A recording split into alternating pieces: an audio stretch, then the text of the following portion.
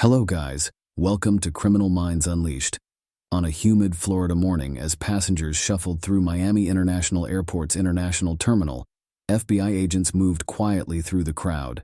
Their target, Grammy-winning rapper Lil Durk, who was allegedly attempting to flee the country.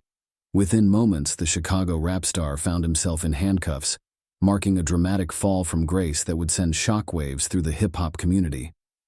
The arrest didn't happen by chance. Federal authorities had been building their case meticulously, piecing together evidence that suggested Durk, whose real name is Dirk Banks, wasn't just a successful musician, but allegedly the leader of a criminal enterprise masquerading as a hip-hop collective. According to court documents, Durk had attempted to book flights to Dubai, Switzerland, and finally Italy before agents intercepted him. As he was led to Broward County Jail, few realized that his arrest was just one piece of a much larger operation. On the same day, federal prosecutors in California announced charges against 5 other men, all allegedly connected to a murder-for-hire plot that would expose the dark underbelly of hip-hop's ongoing intersection with street politics. To understand how one of rap's most successful artists ended up facing potential life imprisonment, we need to rewind to November 6, 2020. In the early morning hours outside an Atlanta nightclub, rising star King Von, Devin Bennett, lost his life in what initially appeared to be a typical street altercation. But beneath the surface lay a complex web of loyalties, street codes, and a hunger for revenge that would ultimately lead to more bloodshed. King Von wasn't just another rapper in Durk's orbit. He was family, a member of Only the Family, OTF, Durk's music collective that prosecutors now allege served as a front for criminal activities. Von's death came at the hands of an associate of rival rapper Quando Rondo during an argument that escalated into gunfire. This moment, prosecutors argue, set in motion a chain of events that would ultimately lead to multiple arrests and at least one more death. Federal investigators paint a picture of OTF that's far removed from its public image as a successful music label. According to the FBI, OTF operated as a sophisticated criminal organization, with members allegedly engaging in violence and other criminal activities at Durk's direction. The group, founded over a decade ago, had become one of hip-hop's most successful collectives, but authorities claim this success masked its true nature. Court documents detail how OTF members allegedly maintained their status through violence, with loyalty to the organization enforced through a combination of financial rewards and threats. The indictment suggests that Durk used his position as a successful artist to offer both money and music opportunities to those willing to carry out acts of violence on behalf of the organization. The alleged revenge plot against Quando Rondo reveals a level of planning that prosecutors argue demonstrates the sophisticated nature of OTF's criminal operations. In August 2022, 5 men, all with ties to Chicago gangs, allegedly embarked on a mission to California with one goal: to collect the bounty Durk had supposedly placed on Quando Rondo's head. The defendants, Kayvon London Grant, Vonnie, Asa Houston, Boogie, David Brian Lindsay, Brown Eyes, Keith Jones, CLA, DeAndre Dantrell, Wilson, DEI.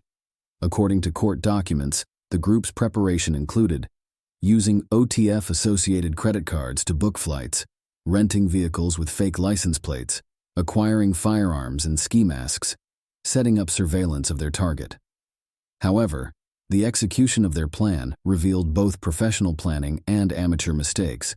While they used sophisticated techniques like fake license plates and burner phones, some defendants inexplicably used their real names and IDs for travel arrangements, a detail that would later prove crucial for investigators. The culmination of their planning came at a Los Angeles gas station. As Quando Rondo and his 24-year-old cousin stopped to refuel, surveillance cameras captured what happened next.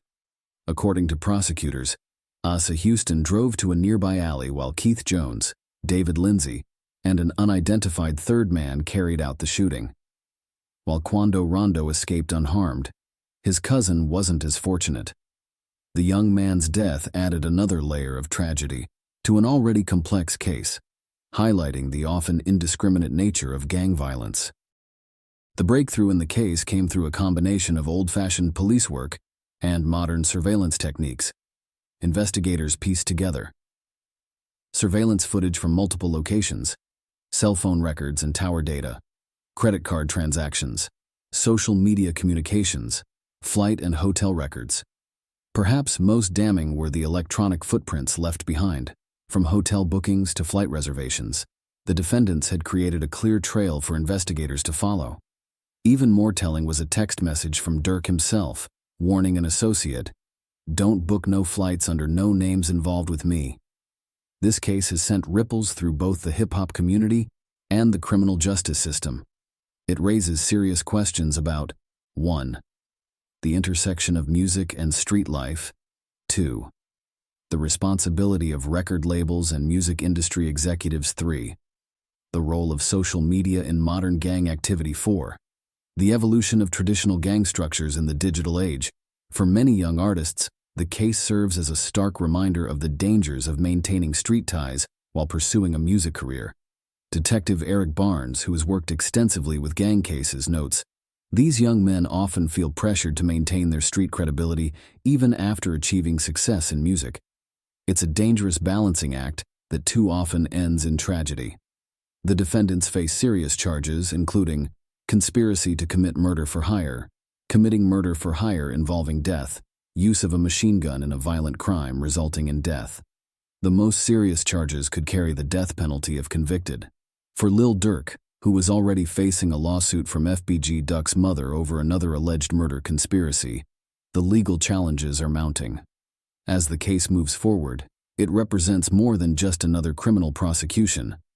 It stands as a potential turning point in how the music industry deals with artists who maintain alleged gang ties.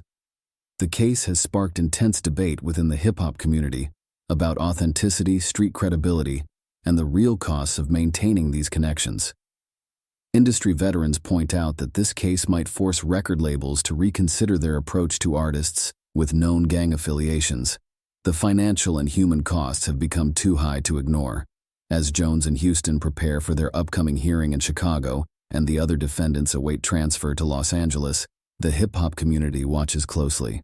The outcome of this case could have far-reaching implications for how the music industry operates and how it deals with artists who straddle the line between music and street life. For Lil Durk, who rose from Chicago's dangerous streets to Grammy success, the future remains uncertain. His case serves as a powerful reminder that the path from the streets to stardom is often more complicated than it appears, and the ties that help you rise can sometimes lead to your fall. The story of OTF and Lil Durk continues to unfold, serving as a cautionary tale about the true cost of mixing music with street politics in the modern era. As one detective involved in the case noted, "Sometimes your past catches up with you, no matter how far you've come." Kill, I done hit stains for real, gang for real, go to jail and tell.